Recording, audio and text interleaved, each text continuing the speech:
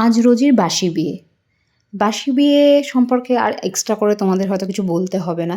তোমরা জানো। এদিকে সবাই আমরা রেডি হচ্ছি। মনটা একটু খারাপ হয়ে যায়, সবারই হয়। তবে আমি কিন্তু আমার বাসি বিয়েতে এক ফোঁটাও চোখের জল ফেলিনি। কারণ আমি জানি যেহেতু আমার বাড়ি থেকে অর্ণবদের বাড়ি অনেকটাই ডিস্টেন্সে ছিল, আমি যদি কাঁদি পরে মা-বাবাকে সামলানোটা খুব চাপ হয়ে যাবে। তো রোজিকেও আমি সেটাই বলেছিলাম। রোজিও তাই ভেবেছিল, করবে না। কিন্তু সত্যি কন্ট্রোল করাটা খুব চাপের হয়ে যায়। অর্ণব তো ওকে পেয়ে ৩-৪ দিন থেকে ওর সাথেই মেতে গেছে। দারুণ, ওরই বাচ্চা। এইদিকে বনিকে দেখতে পাচ্ছ, ওর বাচ্চা নিয়ে ব্যস্ত। তাহলে আমি কি করি? আমিও বড় বাচ্চাদের নিয়ে ব্যস্ত।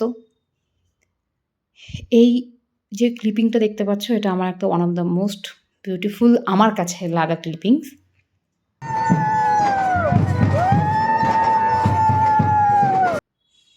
তো ফাইনালি রোজি আমাদের দলে। তারপর বাড়িতে গেল। এখানে সবাই বুঝাচ্ছিল কিছু নিয়মস এগুলো। আর সবথেকে বাজে মোমেন্ট হচ্ছে এটা, যেটা সত্যি মানে এক্সপ্লেন করা যায় না।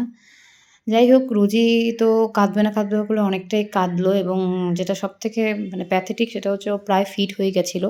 যেহেতু রোজির দাদা, মাস্তাতো দাদার সবাই ছিল, নিজের দাদাও ছিল, সব ভাই বোনেরা মিলে ওকে গাড়িতে তুলে দিয়েছিল এবং ওকে একদম শ্বশুরবাড়ি পর্যন্ত পৌঁছে দিয়ে এসেছিল। কিন্তু আমি যেহেতু ভাবলাম প্রথমে ওর সাথে যাবো না, কিন্তু ওর কান্নাকাটি দেখে আমি থাকতে পারলাম না। ওর সাথে আমিও চলে গেলাম ওর বরের বাড়িতে।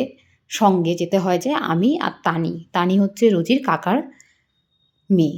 আমরা দুজনে ওর সাথে চলে গেলাম। আর এইদিকে দেখো বরের বাড়িতে রোজি ঢোকার পরে কত আনন্দ। আর সবথেকে ভালো মোমেন্ট হচ্ছে এটাই, যেটা তোমরা এখন দেখতে পারবে। সত্যি এটা কি বলবো আর, দেখো তোমরা তাহলেই বুঝতে পারবে।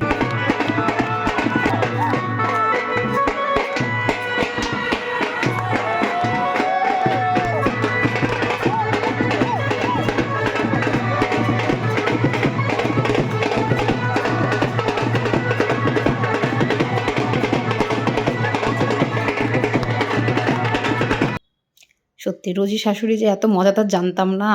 আমি বললাম না তোমাদের যে বয়স্করা বেশি এনজয় করছিল? এদেরকে বয়স্ক কে বলবে, এত ইয়াং শাশুড়ি। আমার তো নিজেই এরকম নাচলে কোমর বেঁকে যাবে। তো লাস্টে রোজিকে ফাইনালি হাসি খুশি দেখে আমার খুব ভাল লাগলো। ও সারা জীবন যেন সুখের হয়, খুব ভালো জীবন ওরা কাটাতে যেন পারে। ঝগড়াঝাটি তো হবেই, ওটা লাইফের পার্ট, বিয়ের পার্ট। তবে ও এখন ফাইনালি আমাদের দলে।